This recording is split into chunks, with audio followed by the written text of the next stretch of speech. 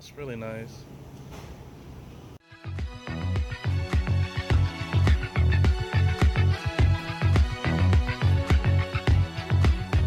Make sure to check out my channel for more videos just like this.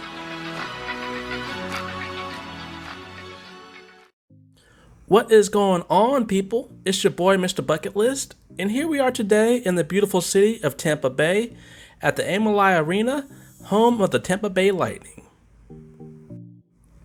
Now, as far as today, this is kind of another checklist on my ultimate bucket list.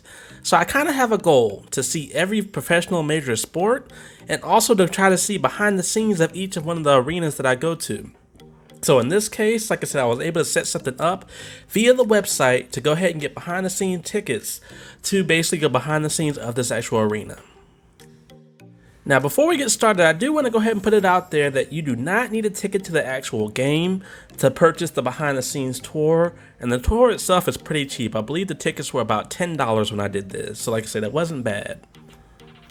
Now, what I will say is, one, the tour itself is limited, so definitely if you can go online, that's the easiest way to get tickets and the most guaranteed ways to get tickets.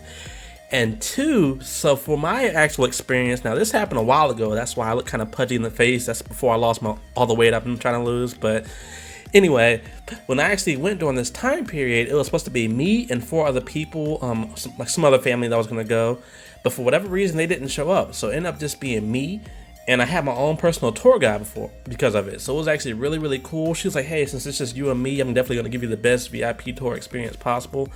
And the lady, she was great. This is a little snip of her right there.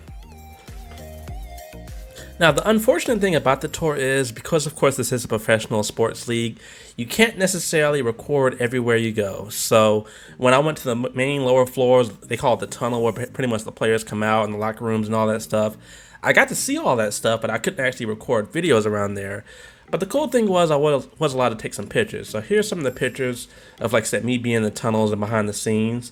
And then they also let you kind of go near the ice. You can't actually step on the ice, but you can go near the ice. And so this is kind of that video and the picture from that area as well.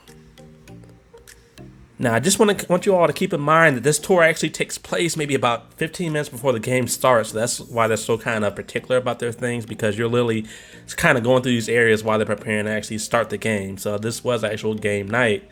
Now, unfortunately, because of this particular time period, I just didn't feel like going to the game, so I didn't stay for it.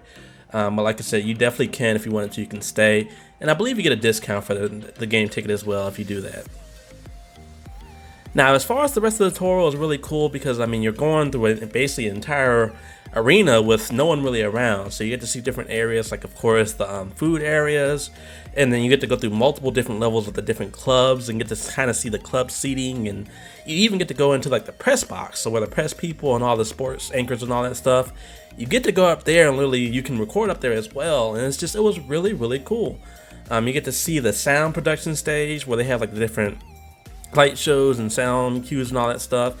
Just pretty much everything you can think of that it takes to actually start a hockey game or professional sport in general, you get to see it.